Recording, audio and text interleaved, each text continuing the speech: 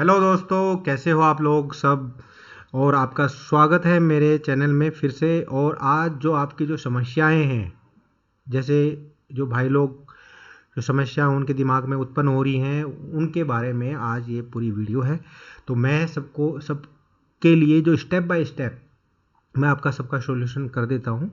तो फर्स्ट हम चलते हैं, जो मैंने पहले से लॉगिन किया हुआ है, क्योंकि अगर आप देखना चाहें कि ये कैसे लॉगिन होगा तो आप मेरी जो वीडियो है, आप अदर जो वीडियो है जिसमें कंप्लीट मैंने प्रोसेस बताया है, आप वहाँ भी जाके चेक कर सकते हैं।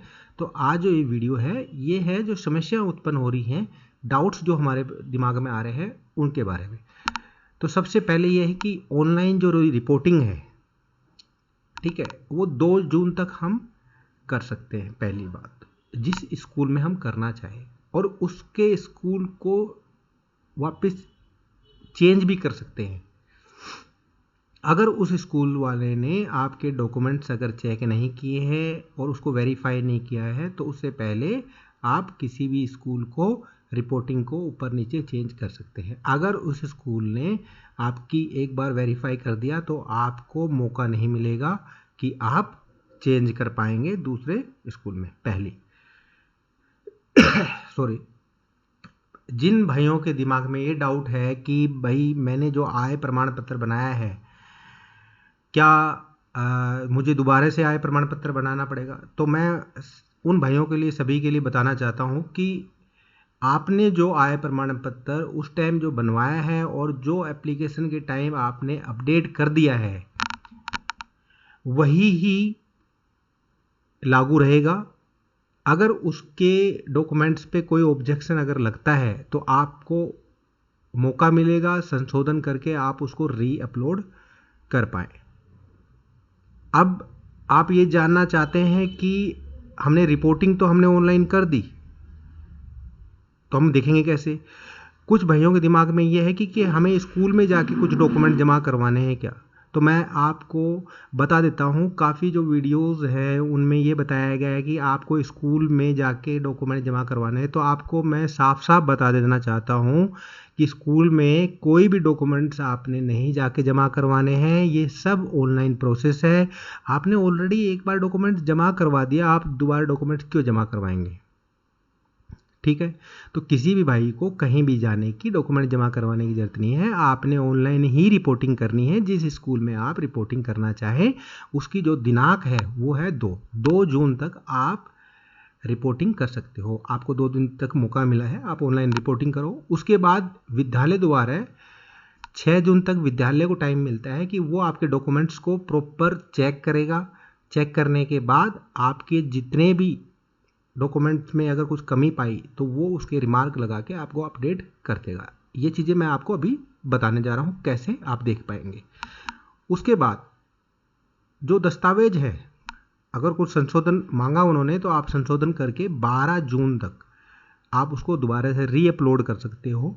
और वो जो री अपलोड जो डॉक्यूमेंट्स आप लोगों ने किए हैं, उन डॉक्यूमेंट्सों को 23 जून तक कौन चेक करेगा, सीबीओ द्वारा।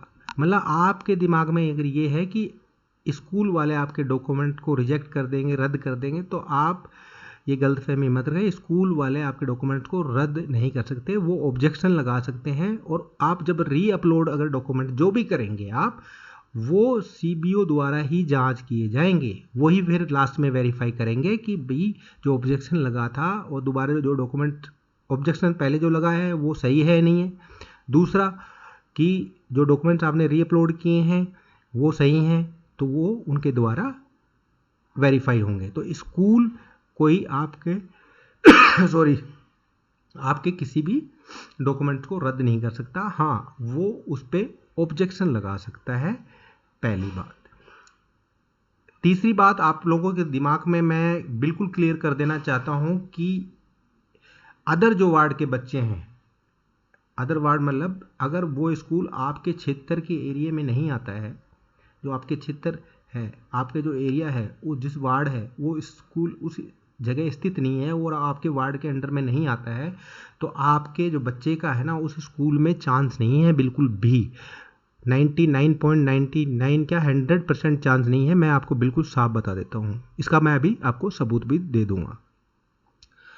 पर मुझे ये समझ में नहीं आता कि आरटी के तहत जो हमें एक ऑप्शंस मिला था कि अदर वार्ड वाले भी क्या नाम है किसी अन्य स्कूल में हम भर सकते हैं, जब हम को प्राथमिकता या हमको किसी तरह से मौका ही नहीं मिल पाएगा, हमारे बच्चे का अगर एडमिशन ही नहीं हो पाएगा, तो वो ऑप्शंस किस लिए दिए गए। ये मैं आरटी में जो अधिकारी हैं, ये मैसेज है मेरा उन तक कि अगर आप या तो निकालो ही मत कि अदर वार्ड के बच्चे क्या है कि अपने ही वार्ड में स्कूल है वो भर सके।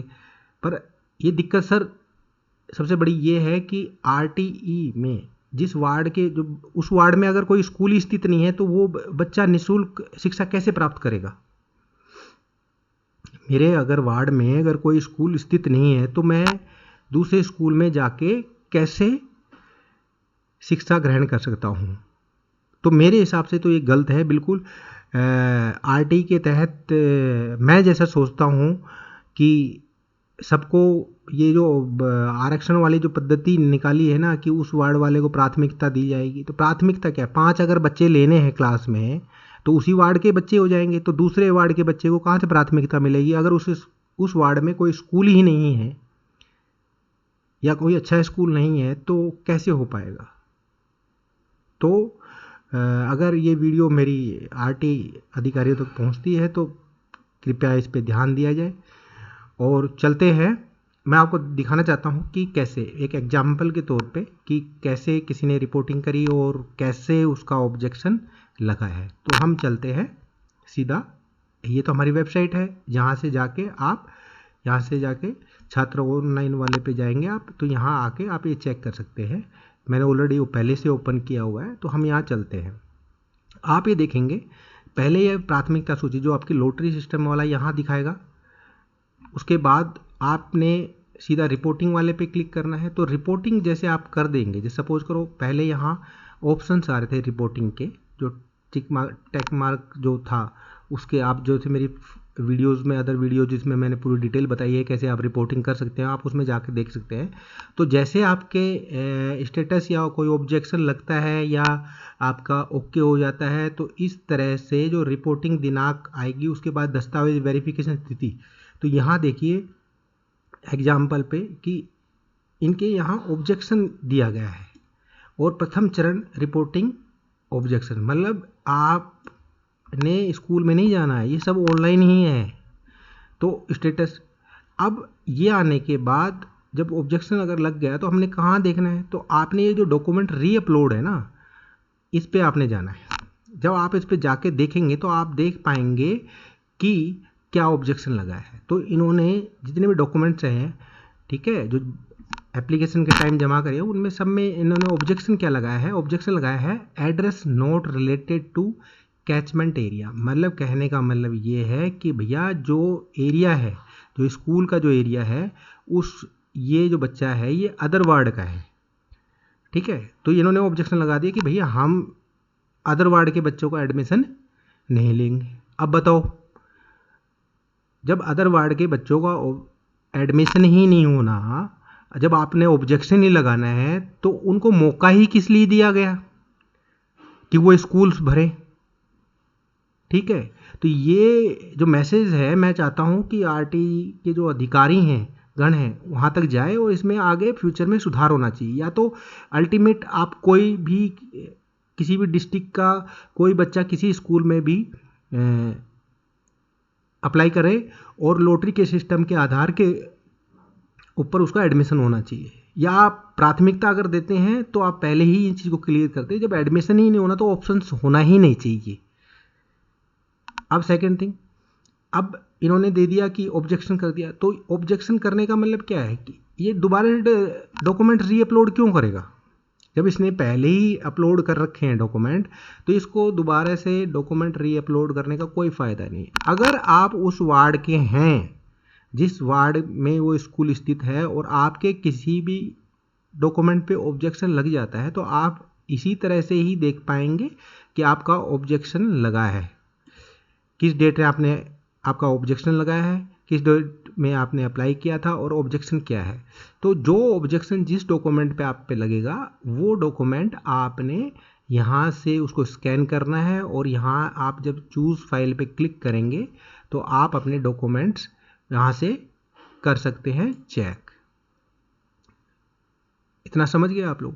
और फिर इसको करके यहाँ बटन पे करेंगे सुरक्षित, और वो डॉक्यूमेंट्स ऑटोमेटिक हो जाएगा आपका सेव, और वो फिर चेक होगा सीबीओ द्वारा। जैसे मैंने आपको यहाँ बताया है कि 23 जून तक सीबीओ द्वारा वो डॉक्यूमेंट वेरीफाई किए जाएंगे। स्कूल आपके डॉक्यूमेंट को परमानेंटली डिलीट नहीं कर सकता। हाँ, वो आपके डॉक्यूमेंट पे ऑब्जेक्शन लगा सकता है और आप दोबारा से वो डॉक्यूमेंट रीअपलोड कर दो, और फिर वो जो डॉक्यूमेंट हैं वो आपके चेक करेंगे सीबीओ द्वारा, मतलब उच्च अधिकारी जो हैं उनके, आरटीई के, उनके द्वारा ही ये चेक होंगे, और वही निर्धारित करेंगे कि आपके बच्चे का एडमिशन हो पाएगा या नहीं हो पाएगा। तो आप देखो, मैं आपको यहाँ दिखा देना चाहता हूँ कि जैसे ये रिपोर्टिंग वाला है ऑप्शन, जैसे स्कूल ने आप पे ऑब्जेक्शन लगा दिया तो आप यहाँ देखेंगे कि जैसे, यहाँ मैं क्लिक कर देता हूँ एक बार, जैसे आप देखेंगे कि जैसे आपके यहाँ ऑब्जेक्शन एक बार लगा दिया तो आप देखेंगे जो कॉलम थे, जो ऑनलाइन रिपोर्टिंग के कॉलम थे, जो प्राथमिकता क्रम था स्कूल का हम चेंज करने वाला, वो दोनों ऑप्शंस, वो दोनों जो टेबल के जो कॉलम थे, रोल कॉलम, वो यहाँ से हो गए हैं हाइड। मतलब आप इसके बाद ऑब्जेक्शन लगने के बाद दोबारा किसी स्कूल में रिपोर्टिंग ऑनलाइन नहीं कर सकते। तो आपको क्या करना पड़ेगा, अगर आप दूसरे वार्ड के भी हैं तो आप एक बार क्या करना है, आपने आप दोबारा अपने जो डॉक्यूमेंट आपने उस टाइम जो अप्लाई करने के टाइम जो डॉक्यूमेंट डाले थे, आपने वही डॉक्यूमेंट दोबारा से अपलोड करके सुरक्षित कर दीजिए। तो दोबारा क्या है कि सीबीओ द्वारा इनकी दोबारा जांच होगी, और अगर आपको उनको लगता है कि आपको मौका देना चाहिए 1% मेरे तरफ से, तो आपको मिल जाएगा, नहीं है तो भाई अदर वार्ड के बच्चों का, अन्य वार्ड के स्कूल्स के में कोई चांस नहीं है किसी तरह का भी। ये मैं आपको बिल्कुल क्लियर कर देता हूँ। और जिन अभिभावक का, जिन पेरेंट्स का उसी स्कूल में है और वो रिपोर्टिंग कर रहे हैं और उनका कोई ऑब्जेक्शन आता है, तो आपने सिंपली आपको जो रीअपलोड वाले रिपोर्टिंग वाले पे आपने क्लियर करना है। जब आप डॉक्यूमेंट रीअपलोड वाले इस पे बटन पे क्लिक करेंगे तो आप नीचे आएंगे और आप देख पाएंगे जो रिजेक्शन रिमार्क है यहाँ, ये हो जाएगा शो, और यहाँ आपका जो रिमार्क है वो शो होगा कि भाई आपका क्या रिमार्क उन्होंने डाला है, तो आप यहाँ से देख पाएंगे और ये कर सकेंगे। तो आपको दोबारा से अगर कोई आय प्रमाण पत्र बना रखा है, कोई भी डॉक्यूमेंट बनाना है जो आपने अप्लाई कर रखा है, वो आप दोबारा से बनवाने की कोई ज़रूरत नहीं है। अगर कोई संशोधन रिमार्क आया तो आप क्या नाम है उसको दोबारा से बनवा सकते हैं, उसमें संशोधन करवा सकते हैं, अन्यथा नहीं। ठीक है। और स्कूल में जाने की कोई ज़रूरत नहीं है, ये ऑनलाइन ही रिपोर्टिंग है, किसी स्कूल में जाके वहाँ क्या नाम है घंटी बजाने की ज़रूरत नहीं है बिल्कुल भी। अगर आपके दिमाग में अभी भी कोई अगर शंका है, कोई भी डाउट है, तो आप मेरे कमेंट सेक्शन में जाके मुझसे पूछ सकते हैं। मैं डेफिनेटली आपके जो जवाब है, जो क्वेश्चंस हैं, उनका जवाब तुरंत देने की कोशिश करूँगा। आशा करता हूँ कि मेरे द्वारा दी गई जानकारी से आप संतुष्ट होंगे। तो आपको पहली बात तो आपको कहीं स्कूल में जाने की ज़रूरत नहीं है। संशोधन अगर रिजेक्शन आ गया तो भी आपको बिल्कुल घबराने की ज़रूरत नहीं है, आप दोबारा से रीअपलोड कर सकते हैं। ये स्कूल द्वारा रिजेक्ट नहीं कर सकते, ये सीबीओ के द्वारा ही चेक होंगे अंत में, और वो 12 जून तक होंगे। हाँ, वो स्कूल में, पर अदर वार्ड वाले बच्चों के स्कूल वाले ऑब्जेक्शन 100% करेंगे। ठीक है। तो मैं ये जो है गलत, जब आपने ऑप्शन दिया है अप्लाई करने के लिए तो आप रिजेक्शन कुछ और भी दे सकते हैं। ये फालतू के रिजेक्शन किस लिए दिए जा रहे हैं मेरे को नहीं समझ में आ रहा। जब आप प्राथमिकता उसको दे रहे हैं तो आपने ऑप्शन ही नहीं देना चाहिए था उस टाइम। ठीक है। तो आज के लिए इतना।